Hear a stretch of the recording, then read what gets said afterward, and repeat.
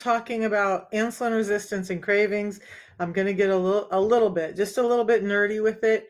I love to share the science of how this happens. And so we're going to dive in. I got super busy today and lost track of time, but we're going to dive in. I'm going to go over how insulin resistance is causing your cravings so you can better understand how to get over them. Hey, Jason. And then I'm going to show you what I do or talk about what I did to help me, help Jason as well, get over our cravings and actually start to change our health when all the pills and injections and all that stuff did not work. But I never did injections because I never did believe in them. So let's dive in, you guys, and talk about insulin resistance and your cravings because I don't think most people realize that all of this is much simpler than it's being made out to be. There's really one root cause to almost everything we're suffering with today. And when we understand that, we can make real changes and it doesn't have to be hard. Of course, I have an itch in the back of my throat. All right, so when we're talking about energy slumps and cravings, because energy slumps are part of what's leading to your cravings. Do you guys know this? When your energy is down, you start to have more cravings. So, all right. So insulin, it has a role in this energy regulation. Insulin is a key hormone that regulates your blood sugar levels. It helps your glucose enter cells for energy production. Now, in a healthy metabolism, insulin signals cells to take in glucose, which is then metabolized to produce energy called ATP for various bodily functions. But in insulin resistance, cells in muscles, liver, and fat tissues become less responsive to insulin. This means that glucose is not efficiently absorbed into cells and it remains in your bloodstream. And then they call that hyperglycemia. Anybody has been diagnosed with hyperglycemia, this is what's happening to you. And we're going to get into more of like how that hyperglycemia is causing your cravings and your energy slumps because of insulin dysregulation. So hang out for a second. But the result of this hyperglycemia is less glucose available to the cells for energy. So think about that. You have all this energy in your cells or in your bloodstream, but you can't get it into your cells. That's a problem. So what do? You eat more because your body says you need more energy, but there's a ton of energy there. It just can't get into the cells that need it. And that's the problem with high levels of insulin. So look, that inability to get the cells into the blood glucose into your cells for energy is what is causing that well-known energy slump. You feel tired, you feel sluggish. Even after you eat, you just don't feel like you have enough energy. And especially after you eat, sometimes you feel like your energy is just gone. So your body is essentially starving for energy at the cellular level. Even though there's a ton of it running around in your blood, your cells are starving for energy. So think about it like this. I love analogies, you guys. Think of your body like a car. Now, insulin, and remember we had locks on the gas caps or on the gas lid. So insulin is like the key that opens that lock. Hey there.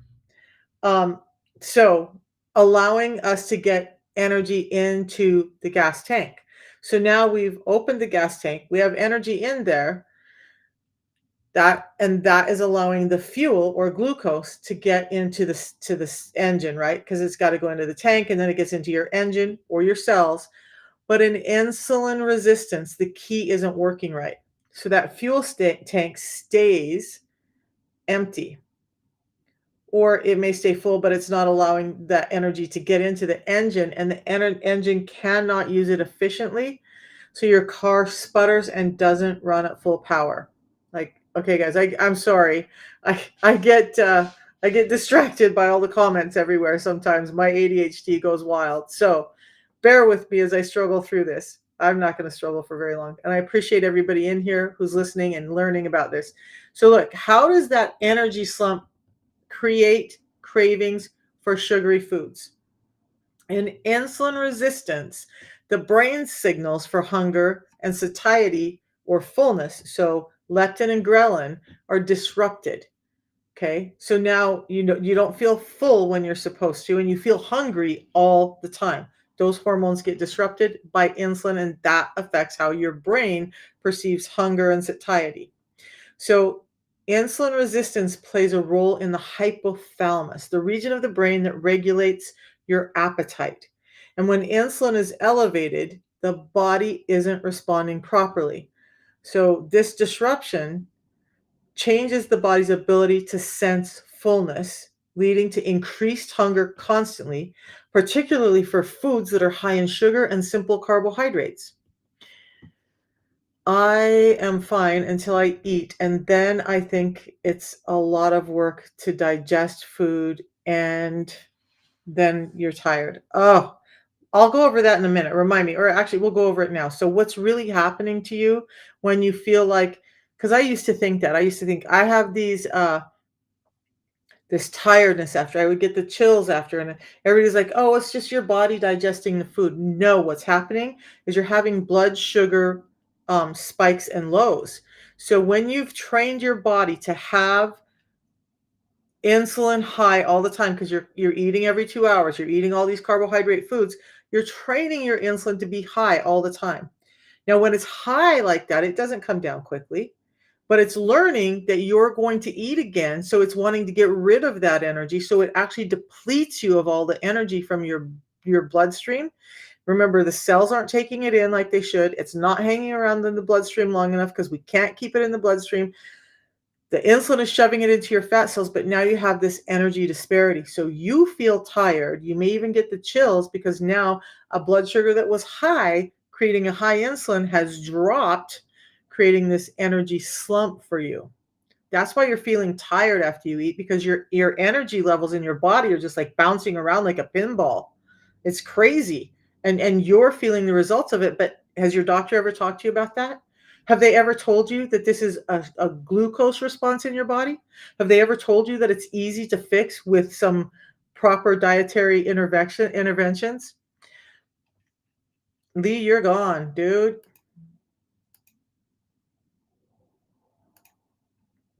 Okay, so you guys, inappropriate comments are not going to be accepted or tolerated, just so you know. All right, so we talked a little bit about the brain, but now I want you to think about it like this. If your brain is a thermostat and it regulates your hunger, like a thermostat controls the temperature, in insulin resistance, that thermostat becomes faulty, making you feel hungry even when you shouldn't be, even when you don't need food. And then the brain is like, hey, I need more energy. I can't function. So it's you're being cued to have things like sugar, which are giving you this quick energy. And if you're a diabetic, how many times have you been told if your energy drops to drink orange juice? Because it's a quick source of energy into your bloodstream. Let's see, you have high protein breakfast, and by the time you get home from work, about 2 o'clock, and your usual it didn't finish. Protein and vegetables, maybe a piece of toast, not high carbohydrate. That's perfect. The first thing you eat in the day, whenever you break your fasting period, that period when you're not eating, the first things you eat should be proteins and fats. They're going to fuel your body with building blocks. They're going to fuel your body with nutrition. They're going to help you feel full. So you're not having the breakthrough energy slump, right? And cravings. And that's the best way to deal with this. Start with proteins and fats in your first meal of the day. Okay, so let's move on a little bit. But why is the body and the brain craving sugar? Sugary foods give your body an immediate burst of energy. So that candy bar, those potato chips, the starchy foods, the breads, the fruit juices all give your body quick energy. Okay. And when that's happening, that is increasing your glucose really quickly, and it's increasing your insulin really quickly as well. And that is dumping all of that sugar. So you're eating it, digesting it, and then it goes into the small intestine, absorbs into your bloodstream. Now you have this overload of sugar because you had quick sugar in your bloodstream, and now your insulin goes back up because it's trying to figure out how to get it back out of your bloodstream. If you have too much sugar in your bloodstream, think of this. It's like having glass shards in your blood vessels. And too much sugar starts to cause damage inside the blood vessels that causes a ton of different problems in your body. And all of this leads in because we're continually reaching for that quick sugar. We're continually spiking the insulin and we're causing that energy disparity, but you're staying hungry because the cells aren't getting the energy they need. Your brain's not getting the energy it needs. And guess what, you guys? Yes, junk food is a huge problem. Your body is not meant to live on glucose alone for energy. Does anybody know what the other source of energy our body, our metabolism needs? Do you know what that is? It's not glucose. There's two main sources of energy for our body. One is glucose or sugar, which comes from your starchy foods and stuff. But what's the other energy source our body uses and our brain can use, and our brain can use more efficiently than glucose? Does anybody know what it is? If you do, put it in the chat. I'd love to know. If not, I'll just answer it for you in a second. You tap the hearts if you just want me to answer it. Just get over it, Misha. Tell us what it is. And you can't be wrong. You guys, I'm just trying to educate. So the other source of energy is fat. But the thing is, our metabolism is supposed to go from sugar to fat for energy. It's supposed to be able to switch on and off between those two sources. But the food we're eating today and the amount we're eating and the frequency we're eating trains us to live on glucose alone. Now your body goes, I don't know how to burn fat anymore. I don't know what to do with that. I don't know how to utilize that. And we've got to retrain it. Okay. So a burger, you know what? I love hamburgers, Jim. I do. Most of the time I try to eat them without a bun. Maybe I'll put an egg on it and some veggies on it, but I eat them on a bun too. And I'm going to tell you how I get to do that in just a minute. Protein and fats are where we should be focusing on in our diet. Amazingly, you can get glucose from protein. Does anybody know that? Did you know that you get a blood sugar spike, glucose spike from eating protein? That burger can spike your blood sugar, but it only spikes it about half as much as carbohydrates do, right? So breads, pasta, rice, cereals, all of that stuff. Hamburger, red meat, chicken, any protein source will still spike your blood glucose. So do we have to have those other carbohydrates to fuel ourselves? We don't have to. Hey, Maria, it's so good to see you in here. We don't have to have that. And understanding that our body is not able to switch between those two sources starts to make sense why we have this problem. Now, when you're burning fat, your body doesn't need the high level of insulin. Okay. So when you're using carbohydrates for fuel, your body is continually spiking your insulin. And I want you to think about this. When you spike your blood sugar, maybe your blood sugar comes up this high, then the body goes, oh my gosh, there's sugar in the bloodstream. We've got to get somebody out there to carry it out, and that's going to be insulin. So it sends out insulin to kind of take control of this problem, but insulin spike is going to go a little bit higher than your blood sugar spike. The problem, why you're experiencing some energy deficiency, is because when insulin comes out and grabs a hold of the sugar and starts running around to deliver it to your cells, including your fat cells, the blood sugar will drop. But insulin as a hormone doesn't drop right away. And it's looking around like, hey, you called me out to do this job. You've told me that I'm going to do the job multiple times a day and that you need me all the time. So I'm going to stay here and I'm going to stay diligent. And then the next load of glucose comes in and that delivers that energy out really quickly, especially to the fat cells, but it gets it out of the bloodstream and it further dampens your cell's ability to take in the energy. It's a training system, and we've got to retrain our metabolism. Okay. So what is insulin resistance? All right. Insulin resistance occurs when your body's cells become less responsive to insulin's signals to absorb glucose. All right. So we're going to take a little bit different look at it. The pancreas is what produces both insulin and glucagon. They're two sides of your metabolic story as far as hormones go. Remember, everything in your body has checks and balances. So insulin is there. It's anabolic. It wants things to grow. Glucose is the component to it. It's catabolic. It wants to eat things up. But here's the thing. Insulin is like a bully. Whenever insulin is out, glucagon can't come out. It can't eat things up. That's a protective mechanism for your body because when we're taking energy in, we want our bodies to grow. Think about that. If little kids had glucagon out all the time and it was eating stuff up, the kids wouldn't last very long. We need insulin to assure that our cells are getting energy, but the problem is we're getting way too much of it today. So, insulin and glucagon both come from the pancreas, and they're both hormones. Anabolic, wanting things to grow, catabolic, wanting to eat things up. Can't work if insulin is out.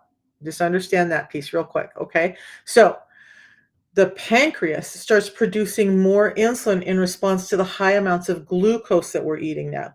The high likelihood of glucose getting into our bloodstream is creating more insulin than we were ever meant to have in our bloodstream. And over time, this leads to chronically high levels of insulin, and they term that hyperinsulinemia. Okay. And that hyperinsulinemia causes these wild blood sugar fluctuations that I was just talking about, but it also causes inflammation, oxidative stress, and fat storage. High levels of insulin are causing all of that in your body. Um, Zare, I'll get to those questions in a second. I see you, but I'll get to them in a second or in a minute. Okay. So I want you to think about this. In your brain, those high levels of insulin also affect the brain's ability to use glucose efficiently. Now, currently, most of us are using predominantly glucose, and the brain loves glucose. The brain also loves cholesterol or fat, okay? But that high amount of sugar that's trying to get to our brain, but our brain can't use it, and energy disparity results in cognitive fog, poor concentration, persistent fatigue, and the brain becomes starved, just starved. It's like, feed me. And then you have brain fog and you have headaches and you have cognitive decline and you have dementia and you have all these other things that link to the brain not getting the energy it needs, but it's screaming at you for, so now you're hungry because the brain says, I gotta have something to function on. But insulin is impeding it because you've spiked your insulin so high all the time. It's it's like trying to work in a room with the lights on, but no actual energy flowing into the electrical grid. So let's break that down a little bit. If you were to walk over to your light switch and flip the light switch on, so the switch is on, but somehow there's a disruption in the wiring and no energy can get to that light switch, even though it's on, the lights won't turn on. You don't have energy. You don't have light in the room. They're not functioning because there's a disruption in there. That's what insulin is doing inside your body. And that's why you're having brain fog and fatigue and constant cravings and hunger. Okay. It's a big circuitry piece. Okay. So imagine that it's like a traffic jam. Insulin resistance is causing a traffic jam on the highway of the nerve pathways and the blood vessels in your body. Okay. Your body's trying to deliver glucose to the cells, but the roads, the insulin receptors are blocked. Okay. So the delivery trucks can't get through. There's energy out there on the highways, but it can't get in because those exits are blocked. All right. Your body tries to send more cars, more trucks to deliver this energy, but they can't get through either.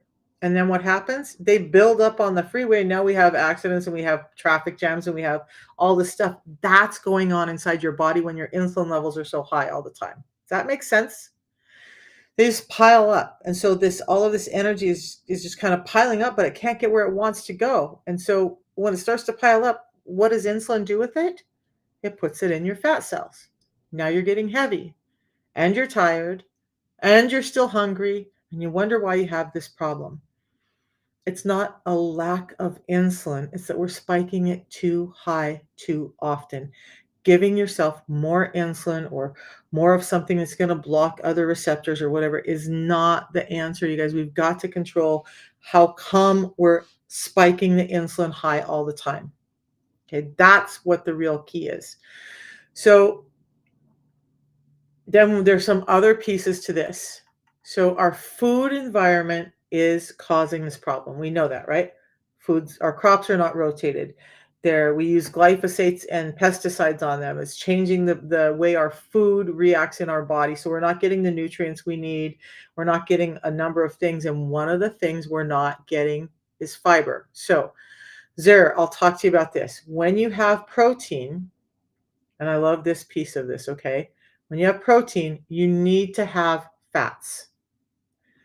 Those cells that build up the muscle that the protein is feeding are wrapped with a little membrane. And if you cut into a steak, a piece of chicken, you'll see this thin membrane around the protein. That membrane is existing in you too.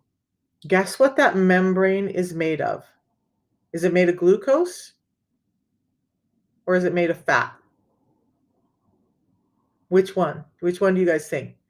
Is that membrane holding your muscle together made of glucose or fat? Does anybody have a guess? Does anybody know? Well, have you guys heard of something called rhabdomyolysis? This isn't energy and cravings, but when the muscle cells break open and they're just kind of like this big blob in somebody's, and especially after athletes have used high amounts of creatine, you see this when people use high amounts of creatine to get water into the blood and into the muscle cells so that the muscles will pump up, right? But they're also eating a low fat diet because that's what we've been told, and that's a lie. But now they're really accelerating this pump on the muscle cells, but that membrane, you're right, Harriet, that membrane that holds that muscle cell together made up of fat isn't being fed because they're eating a low-fat diet. Stop buying low-fat meats. Stop taking the cholesterol piece out of your eggs. That fat, that dietary fat, is not creating cholesterol in your body or as in your bloodstream. It's not creating that atherosclerosis, that blockage in your bloodstream. The sugar is. I talked about that the other day. We need fat, especially when you're eating protein. Okay. So the other side of that is when we have carbohydrates, there's something we should be having with carbohydrates every time we eat it. Do you guys know what that is? Do you know what we should always be having when we have high amounts of carbohydrates? We should be having fiber in. Fiber. Fiber is the key that takes that glucose that we're getting into our system and slows it down so it doesn't enter the bloodstream too quickly, so that we still have the energy available, but it's like time releasing that energy so that our body doesn't have a insulin spike so much, so that we're regulating the blood sugar spikes, and now we start to have more regulated blood sugar.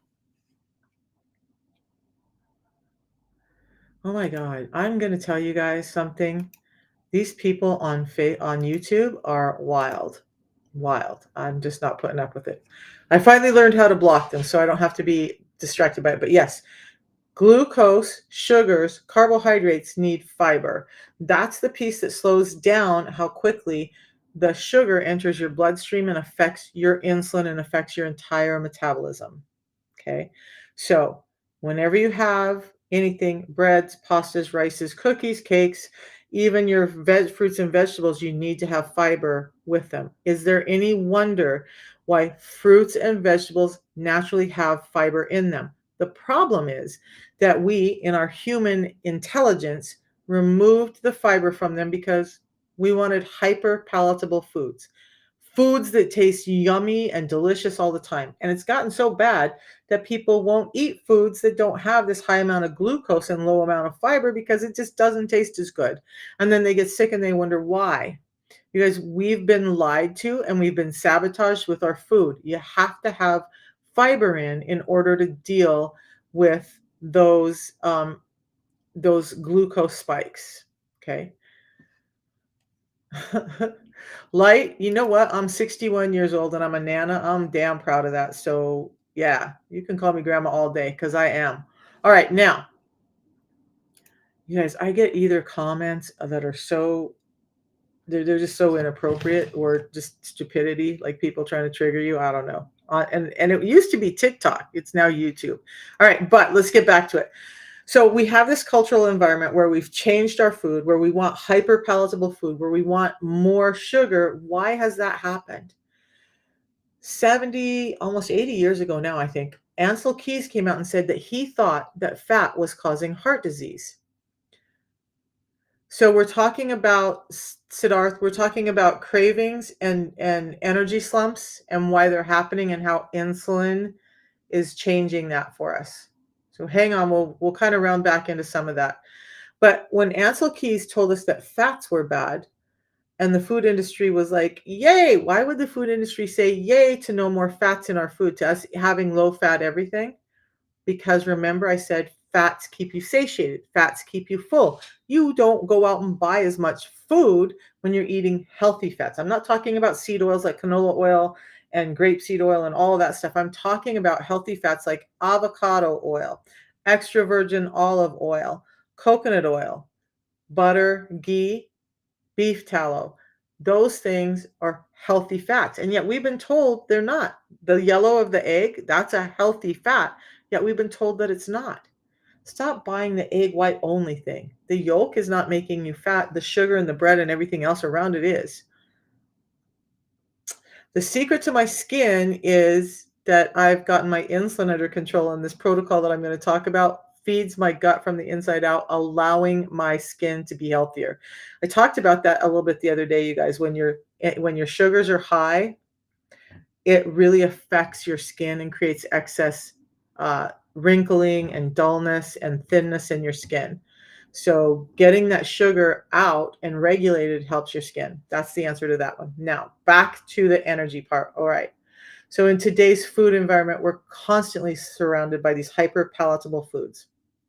Because when the food industry said no more fat, but fat not only keeps you satiated, fat flavors our food. They were like, "Ugh, but how are we going to sell people more food if we don't have good flavor in it?" Oh, guess what? Guess what? Not just salt, but sugar flavors your food. So they upped the amount of sugar in your food and reduced the fat and told you that it was healthier for you. And that's when we started having tons of metabolic issues. Crazy, right? But you know the other thing for sugar? It keeps you in brain fog. It keeps you craving more sugar. It doesn't keep you full. So remember, it causes this energy disruption. Now you're wanting more and more and more of it. So you go grab a Snickers bar. You go grab a bag of chips. You go grab even a protein bar that you think is doing healthy is still full of all these carbohydrates and not as full of fibers it should be. And you're in this constant cycle of hunger because we've stripped out fats and protein from our diet. And when we do have carbohydrates, there's no fiber in it to regulate the blood sugars. All right, so we have these hyperpalatable foods that are specifically engineered, I just talked about that, to be addictive, like those sugary snacks I just mentioned, and fast foods and refined carbs. And those foods trigger the reward centers of your brain, causing a dopamine rush. Okay. So now you feel good temporarily, but it crashes when your blood sugar crashes and you want to feel good again. So you go get more of it to get that feel good feeling back. But it's destroying the rest of your body and causing too much insulin. Acne can also be um, acne can also be a result of insulin resistance, and maybe I'll talk about that later this week, how that's clogging up your pores and creating issues in your skin from oxidation and inflammation. Cut back on the sugars. Feed your gut. You guys, stop thinking about your skin as something that's topical. Okay, stop thinking about skin as a topical is going to fix it. Really good um, skin doctors are going to tell you you have to address the gut first. Why is your gut sick? You have too much sugar and not enough fiber. If you want to know about skin, address your gut, your skin will get better. All this other stuff, all these other weird things to put on, that's really not helping you. Most of them. So address your gut. Okay, so in the modern food environment, along with our hectic lifestyles causing more cortisol and all of this other stuff happening, it puts us at a disadvantage. It's not just a matter of self-control or willpower. The food industry has designed foods, even our raw organic foods, to exploit the body's natural cravings for sugar. Peaches, this is one of my favorite analogies too, or illustrations. Peaches used to be the size of this. Now they're the size of this. How did that happen? They went from this to this. This was full of fiber. It was crunchy. It was bitter. We don't like that. And you're not going to eat as much of it. So guess what? It's not a bag box barcoded food, but the food industry has figured out how to strip out fiber, pump up the fructose, and now you have something that's big, juicy, and sweet, and you want to eat more of it. And you eat a peach today and you're not full later, you want more. The food industry, either our packaged foods or our organic foods, have been designed to keep us hungry. And it all has to do with these insulin spikes that we're experiencing. And we wonder why we just can't get it under control, because you've been lied to, you've been lied to, you've been lied to, you've been deceived.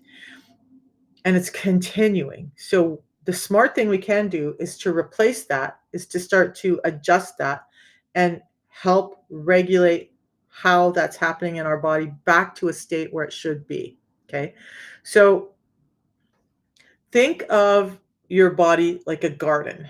When it's surrounded by a variety of nourishing plants, it thrives. But if it's overrun by weeds or glucose, processed foods that take up all the space and nutrients, the good plants, the healthy plants that we should be eating, the healthy food that we should be eating, struggles to grow. And it's the environment, the weeds, the processed food that's making it harder to maintain balance in our food. Okay. So let's take a look at another piece real quick, and then I'm just about done with all of this part, and I'm going to give you guys a solution in a second. But I want to take a look at the gut microbiome. I talked about it a little bit, just a little bit earlier, why you're having energy slumps and why you're having cravings, because with all this excess glucose and reduced fiber, your gut microbiome has changed. It's not just the sugar that's more present in your body, creating things like yeast to overgrow and other negative gut bacteria.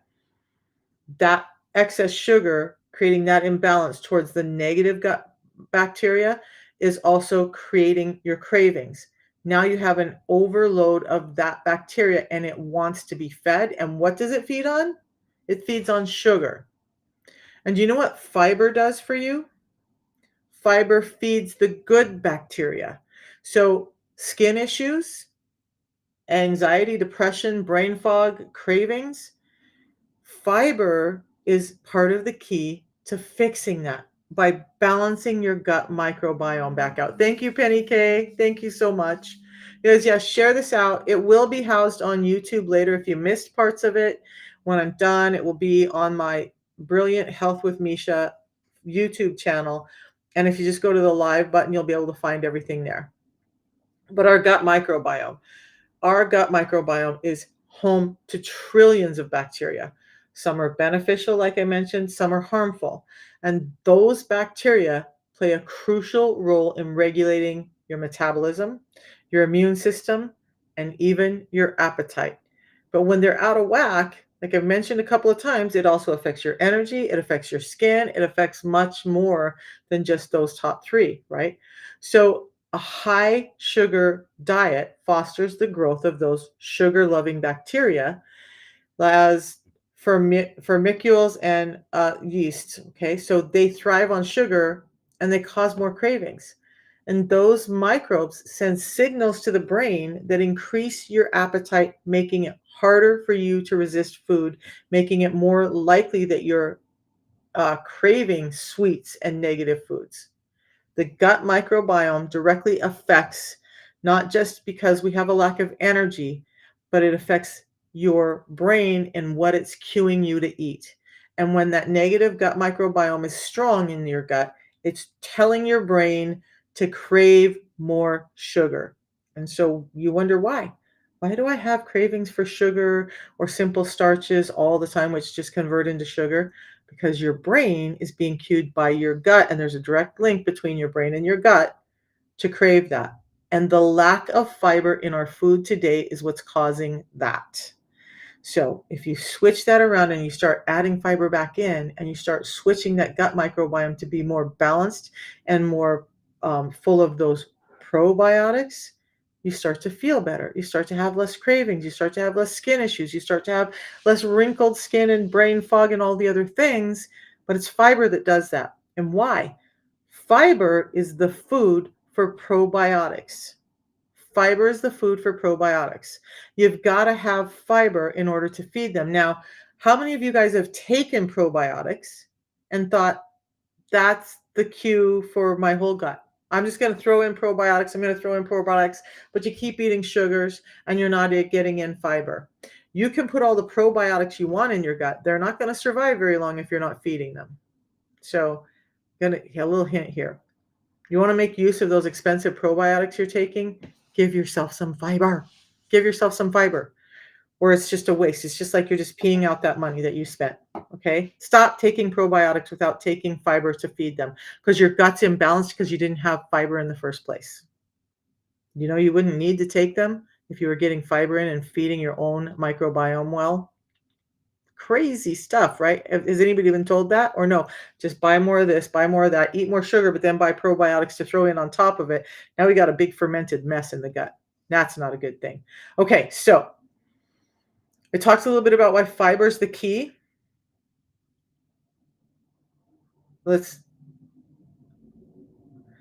Okay, John, this is not a political discussion. I appreciate that you have your opinions, but this isn't the place for it. Okay? If you want to talk about real damage to our people on SSA and SSI, then I'm going to invite you to look at the food industry and the lobbying that they've done that create these foods that are being able to be bought with food stamps and food assistance that are crap, that are feeding our bodies stuff that's making us sick and making us die early and making our joints fail and making us have brain fog and dementia and all that stuff. Why don't we look at that? Why don't we look at the lobbying from the food industry that's creating the need for this crap food that we're getting fed, instead of blaming this person or that person or this piece or that piece? And understand, you guys, you know what I fixed for dinner last night? I'm going to go off the rails a little. I had bought a package of steaks from Aldi's, grass-fed steaks, and it wasn't much. It was like $8, 3 decent-sized steaks. Cooked them up yesterday. That's at least 3 meals for me. Less than $3 a meal. I don't need all the extra stuff, the cereal and the bread and the other stuff. When you guys say that it's so much more expensive to eat that way, if you really switched to eating healthy food, you'd be craving less food. You'd have more energy to do the things you need to do. And you'd find that eating healthier doesn't mean that it costs more, especially when you start to add in things like medications and that we have to eat to deal with the crappy food we've been being fed. The only way I'm going to get political about this is that you better take a look at the food lobbyists. How did Coca-Cola and Pepsi products, how did they get to be on food stamps? Is that nutritious for you? Is it giving you any kind of health benefit? No. Don't get me started on that. All right, so let's go back to fiber, you guys, because fiber is not only feeding those gut microbes that I was just talking about. They help slow the absorption of glucose, which helps slow an insulin spike, which is at the root of all these problems. Okay, that's the truth of the matter. So the protocol that I use after all of this, the protocol that I use to help me, yes, I lost 55 pounds. Yes, I'm still a bigger girl. I was always a bigger girl, will always be. I'm not a thin person, but I'm not unhealthy. Okay, I'm very healthy from the inside out. Now, how I manage my energy, my health, and get rid of things like neuropathy, edema, brain fog, those sugar cravings, sleep apnea, joint deterioration, keep my skin and my hair healthy at 60 years of age, 61 years of age, is I have a tea in the morning, every morning, and this, I'm finishing it up now. Not much left in there. But I have 2 of them. I just mix both up in this mug every morning, or a mug similar to it, and drink it throughout the day. Why that tea? It's helping slow down those cravings for sugar in the brain and in the gut. I just spent a lot of time talking about the brain and the gut and cueing hunger and cravings. That tea helps shut those cues down, helps you feel full both in the brain and in the gut, spikes GLP-1 naturally in your own body by up to 70%. Yes, it's yerba mate, but it's the only one on the market that can claim that 70% spike. You've heard Dr. I can't think of his name right now, but that gives me energy without all the crashes. It slows down blood sugar spikes on its own. It increases HGH, or human growth hormone production, in my body. It increases ketones in my body when I'm in a fasted state. Gives me tons of energy, helps my body heal, is super packed with all the nutrients a body needs to sustain life.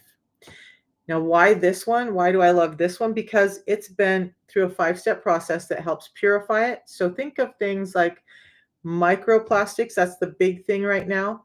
It's PAHs from fire roasting, it's pesticides and other toxins, it's molds. Do you guys know that all of those are present in the coffee you drink every day? And you're not getting the kind of energy you get from this. And that coffee is not spiking your GLP-1, which is helping you with this insulin problem near what this does. So I have that tea. I sip on it throughout the day, 2 of them mixed into my cup throughout the day. And then before I eat, going to my kids' house in just a little bit. Every Wednesday night, I spend time with my family. My daughter-in-law cooks for us. She cooks clean, healthy meals, but there's vegetables and carbohydrates and often carrots or potatoes on the plate.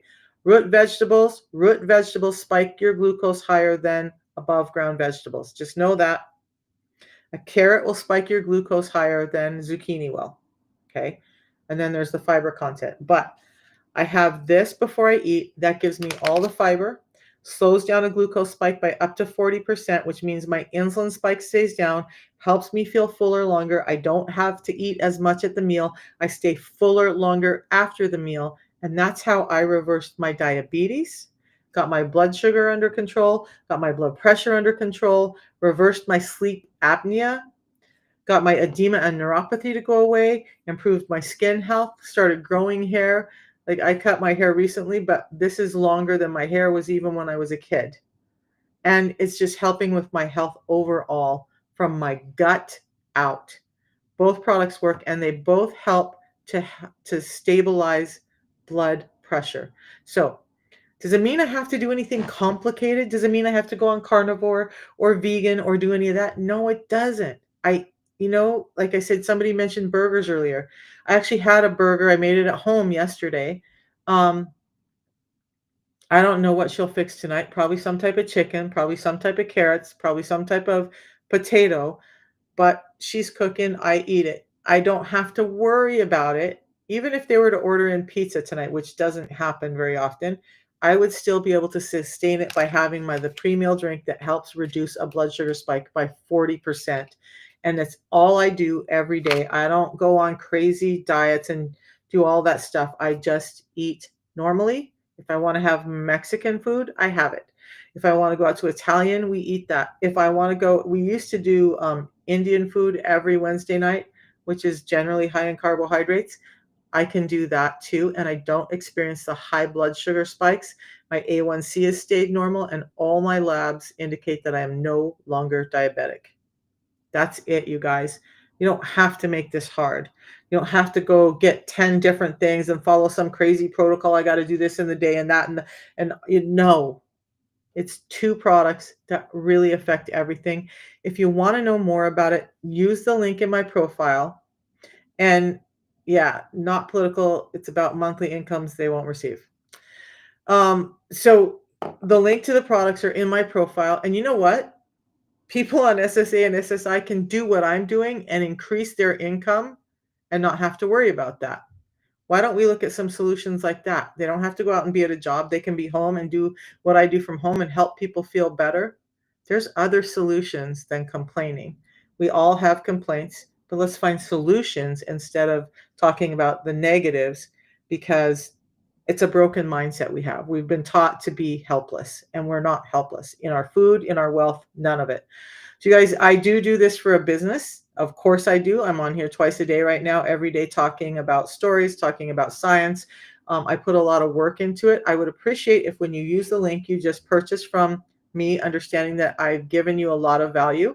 If you want to know more about what I did that allowed me to move around the country and chase my disabled grandson around so I can help take care of him and have the freedom of time and finances to do that, please use the link to contact me or set up an appointment, and we can absolutely have a short 20-minute talk about how this all works, because I really want to help other people start to thrive and understand how we can live better in today's age, both in our food and how we work. So I need a team of people to affect that. There's billions of people in the world, and we haven't even scratched the surface of helping people. So I will be back on tonight live about 11 o'clock to talk about some of the business side of the stuff. Join me then if you're interested. Use my link if you're interested in either one. And look, I'm not pressured in either one, but I did want to say, yeah, when you talk about this system, when I don't talk about it on here, what it is, just go to my link. Here's why. Amazon, eBay, Walmart, we don't have any authorized sellers on there. What I've had is people who've contacted me and say it didn't work. Well, you might have gotten pirated products because we found a lot of those on those platforms. They're made to look just like ours, but they're not the same thing. They may be expired, they may be whatever. You're not getting the 90-day money back guarantee. You're not getting the quality guarantee. You're not getting the coaching. There's no one there to help you. And you're ending up spending about $100 a month more than you need to. Just use my link, talk with me, and let's get you started to better health. Okay? So we'll see you guys tonight. I appreciate you all. I appreciate your time. And go look for the science part of this on YouTube later because it's going to be there at Brilliant Health with Misha. By the way, on TikTok, there's a link to all my social media platforms there if you want to go someplace else and find these longer talks. All right, you guys, will talk to you in the morning if I don't see you tonight. Have a good one.